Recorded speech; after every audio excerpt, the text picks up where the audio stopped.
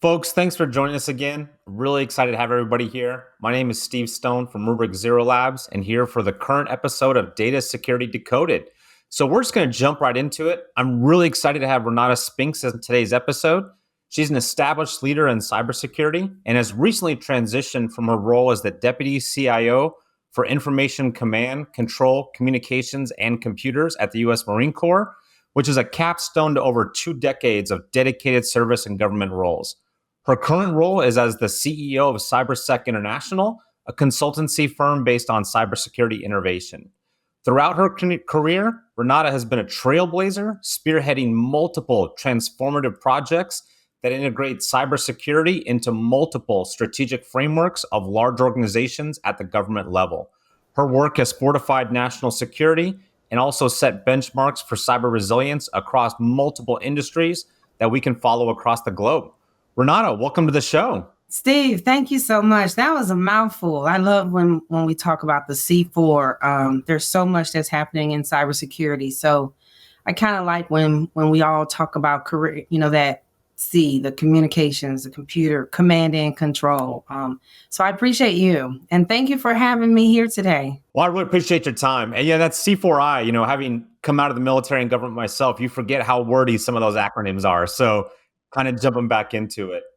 Well, speaking of the beginning, I'd really like to start this discussion with the very beginning of your career. There's something really fascinating that rings true to me. Your initial career started with forensics and human intelligence, very similar to my own start. I started in traditional law enforcement, traditional counterintelligence. And so what I found over my career is those core lessons I learned, frankly, in the people business, for lack of a better term, really served me well in cybersecurity. And that often surprises people.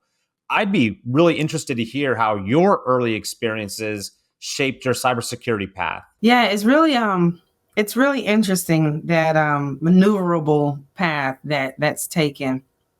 I kind of started before forensics, I was in the military, so U.S. Army, in the medical corps. So nothing related to technology when you kind of see it on paper, but when you think about it and you talk about it, that was the communications piece. So I think that's probably, besides my childhood and upbringing with a phenomenal family, mother and father, even though I lost my father early in my career, in my life, I think it shaped me to be able to make those choices of being a public servant and why it was so important that after my military service, for me to continue public service at the federal government level. But I tell you, the things that you are exposed to, especially when you take that military service from a medical perspective and then you take it into something like human intelligence, the crosshairs are almost transparent. It's still care and due diligence. It's still using technology to, what I would say, save lives and oftentimes avert disasters such as the things that occur in human trafficking, child exploitation. But the uniqueness of that would have never been determined. Like, I would have never thought that once I understand forensics, that it would take me into the U.S. Treasury and learn about large scale analytics, and then into, the United States Marine Corp and in the cyberspace. I think those maneuver spaces what transforms me every day into being able to adjust to the complexities throughout information technology, cybersecurity, or, Steve, when you and I were in service, it was information assurance or information security was what we heard a lot about, right? And so just to see that evolution and then understand how our leadership styles evolve as the complexities evolve and as we start to approach things very differently because we have an adversary that continues to evolve as well. So we can't stay the same from a technical perspective. And I've just adopted that in my leadership role where you can't handle every situation the same way.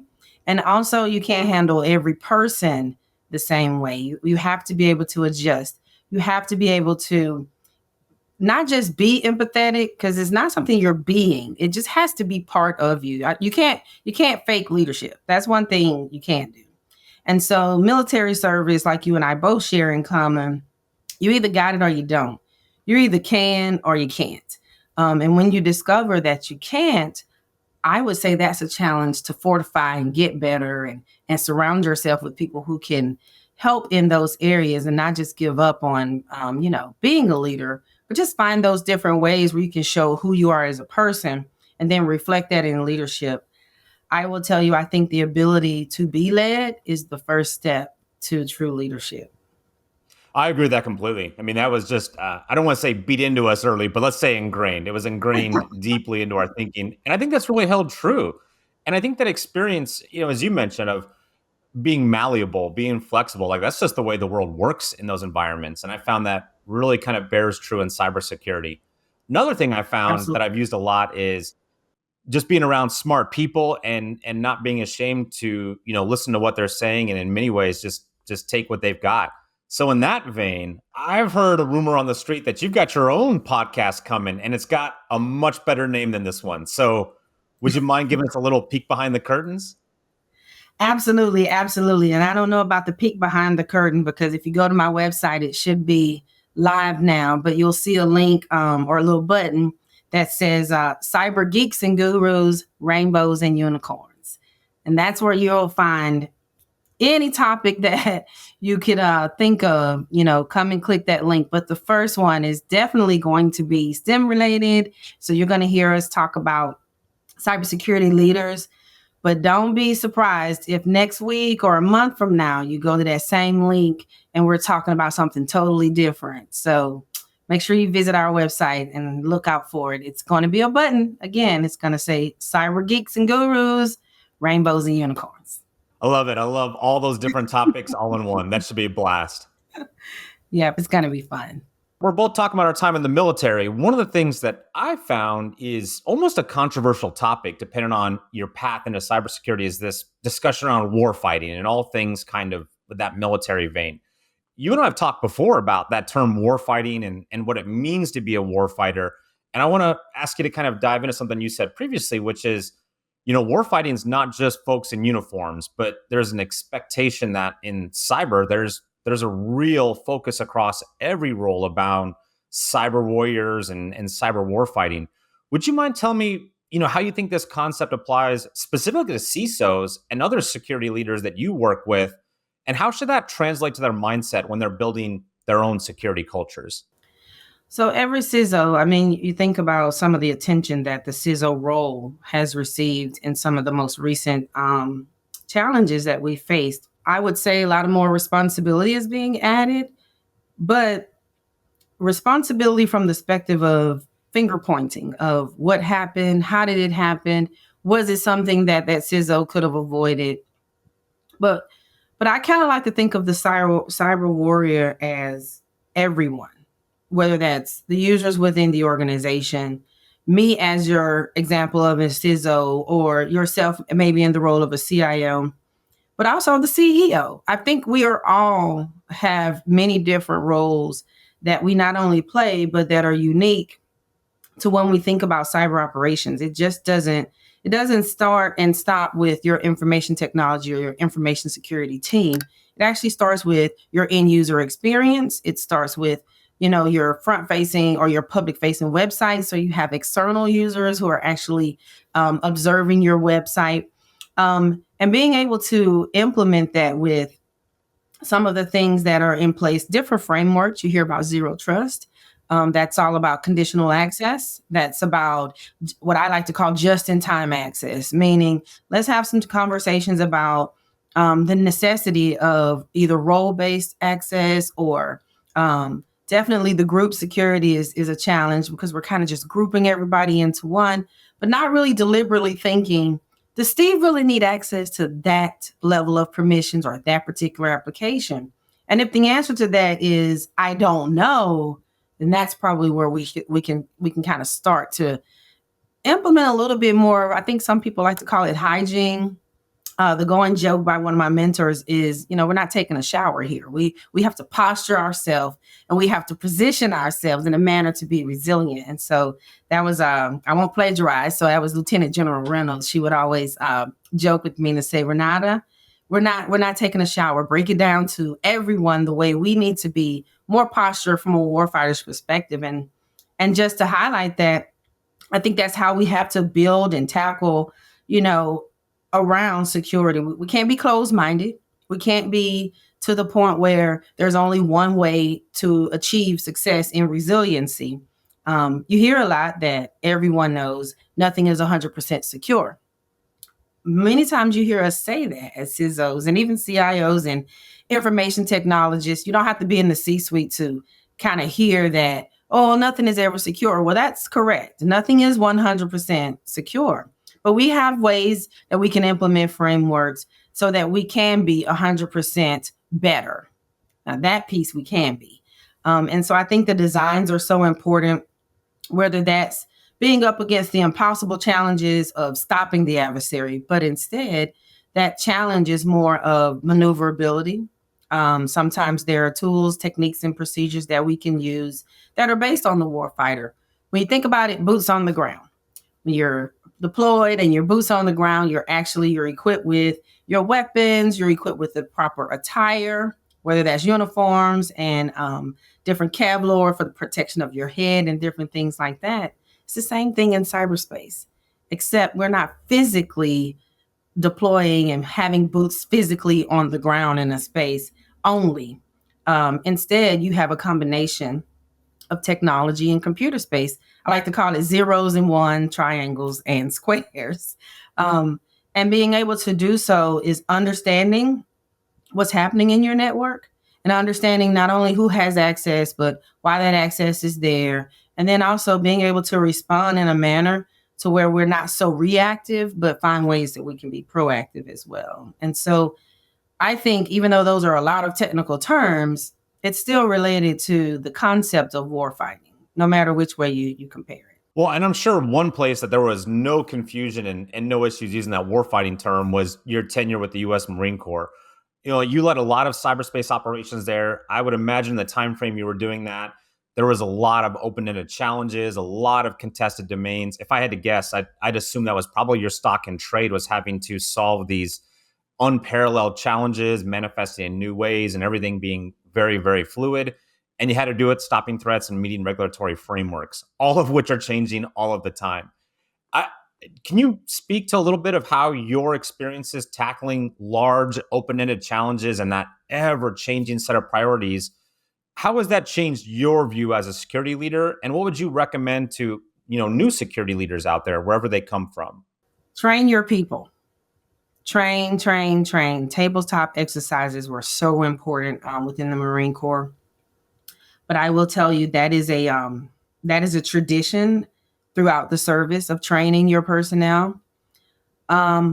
Mixing civilians and military was the first time that I had really seen that. And that was in my service as a cyber technology officer. And the ability to stop those challenges within those regulatory requirements, train your people, but you have to remain flexible. You have to remain very open-minded. And there are some calculated risks that you have to take, and you have to be ready for that. There's a study of expertise. I like to call it perfecting your craft. You won't ever be able to anticipate everything that's going to happen within the network. You're not sure if packets are being properly delivered. You're not really sure 100% what's happening at the application layer. But there's ways that you can put different technologies in place, as well as exercises to test those theories. You hear about red teams. You hear about the way you can coordinate with each other from a purple team perspective or a gray team perspective, depending on who you speak with. Many different colors change, but the ability to practice and train, as well as remaining flexible, I think is what saved the day a lot of times within the Marine Corps. Another thing I like to point out is how we would reach across the services and get those lessons learned. We wasn't trying to just figure it all out on our own in our silos, whether that was reaching across to the Air Force or the Navy or our counterparts in other civilian agencies. We were learning from, I noticed that the leadership that I was under did not deviate or discriminate against someone else's experience. And we took at those lessons learned, we incorporated them in some of the designs. And lastly, we worked with industry. industries, became our partners, and not just, someone in the room who we built trust with, not someone that we did not, bring into our environment, to make sure that we could see what they're seeing and understand some of the challenges that they were facing. And so that was a paradigm shift, almost a cultural shift of how we think about industry and them being partners versus, yes, another vendor. I like to say it's just another accounting string that's being paid from a different pot of money. But when it comes to technology, you got to come in here. We have to use an agile framework because we can't wait 5 years for technology and features to be produced because things have been changing so rapidly and so fast. So I would say the combination of training your people, remaining flexible and ready to pivot when necessary, preferably proactively, but understandably reactively, and then understanding your environment and bringing partners in from industry and tackling the problem together instead of in silos. I think those are really the tenets that I took away from my military service as a senior executive. Those lessons learned are so critical, so critical. Yeah, so let me ask about, you mentioned lessons learned, you mentioned pivots. I think one of the things that I was taught very early in my career, I'm sure you've heard it as well, is, the attacker gets a vote. The bad guys get a say in what happens. And I would imagine in your 20 plus years doing this kind of work, you've seen the threat landscape really change. I'd be really interested in what you see as some of the major changes in threats over the last 20 years.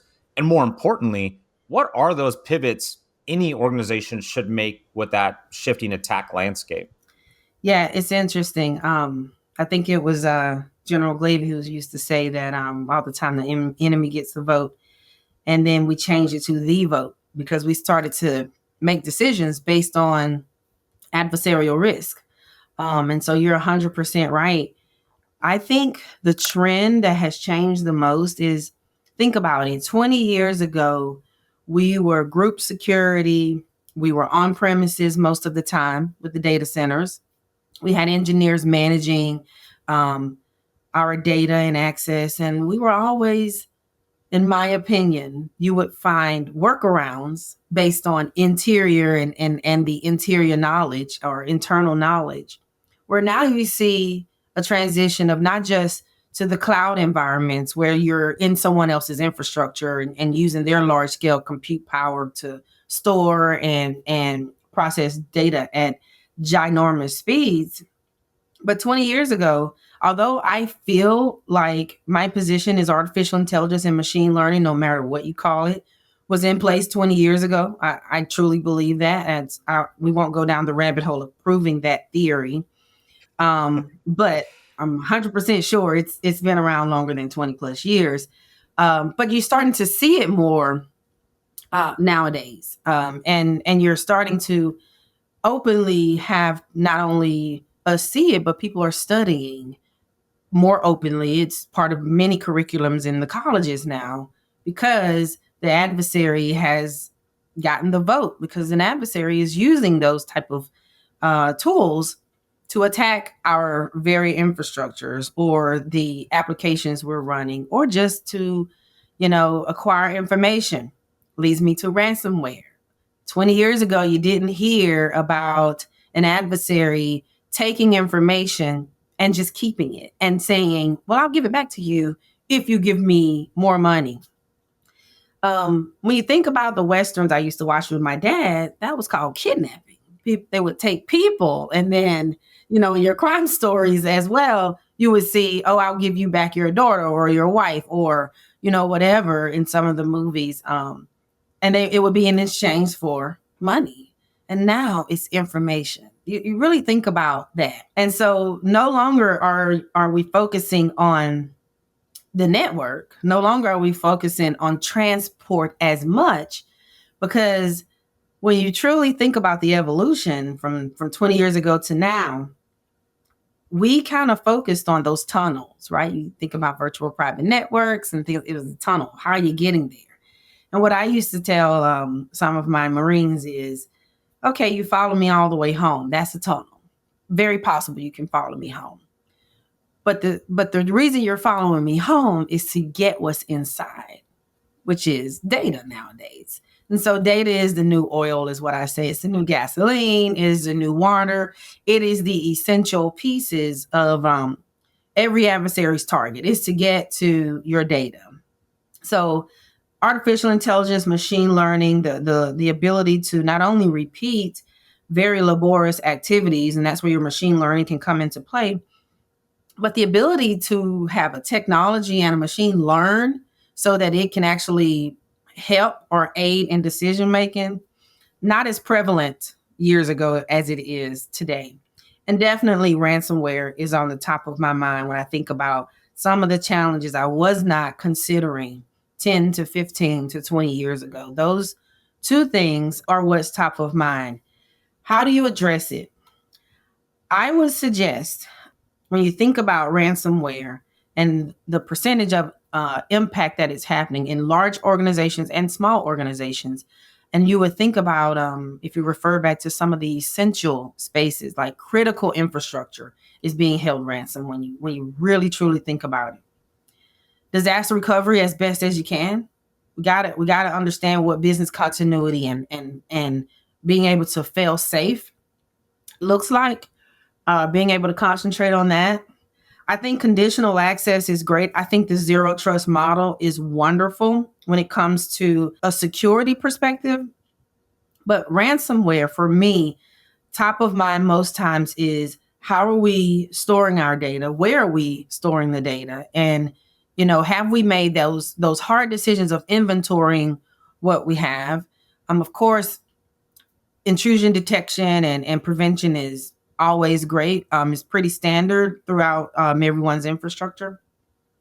But the ability to protect your data and understand that if I'm an adversary and I will use the word hostage because that's what it is. I want to hold your data hostage. How would I do so? And what type of tabletop exercises can we do to get inside the minds of an adversary? And I think if you start there, then it gives you a space to understand, well, who out there in the industry can help me figure this out? What kind of tools out there can help us come into this space and build our defenses as much as possible against things like ransomware or the exploitation of what we use as a benefit, which is artificial intelligence, machine learning. And so for every action, there's a reaction. For every positive action that we take to save, either to cost avoid or to save money or to make things more secure, there's an adversary out there trying to thwart that. So mindset has to shift. And I think talking through tabletop exercises and understanding what's really happening on your network, studying the different ransomware examples that are out there now is also a great start, and getting those experts in to kind of explain the anatomy of attack. That's probably a wording that you're familiar with as well from your military days. And then people like Rubrik. Labs are important. I love being at Treasury and being able to go to like the SEC or FDIC and play in their labs of what we call tools. And we got a chance to test out many different tools before we added them to our network, just to kind of learn and see how they operate. So it's no different now while we're trying to defend against what I would call a modernized anatomies of attack, more than just, oh, I'm trying to attack you from a transport layer, or I am, trying to attack you at the systems administrator so that I can have access.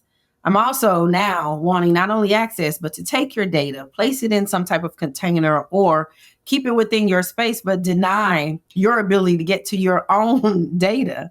All of those TTPs are things that we think about and we talk about, and I think we need industry help when it comes down to the challenges we're facing for supporting a warfighter. I think we have to do that in partnership and in tandem with each other. Yeah, there's so much there I'm just fascinated by. But one thing I just love to pull the thread on one step is you're I agree completely. You're talking about these concepts shifting and where we're going and around resiliency and recovery and prevention.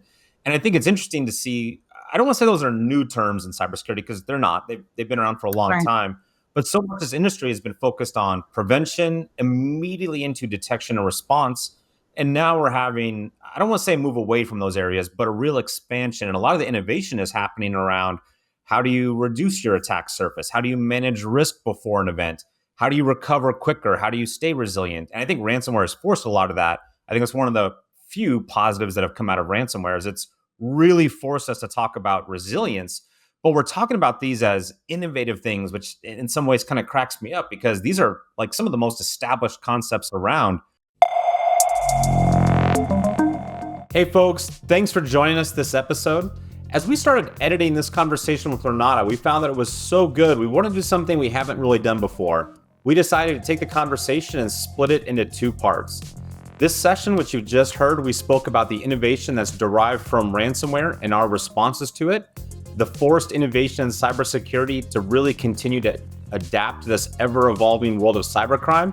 And the next episode, we're going to dive straight back into talking with Renata about her role as CEO of CyberSec International and how her tasks focus on strategy and innovation, and really what that means in a day-to-day sense for changing the industry.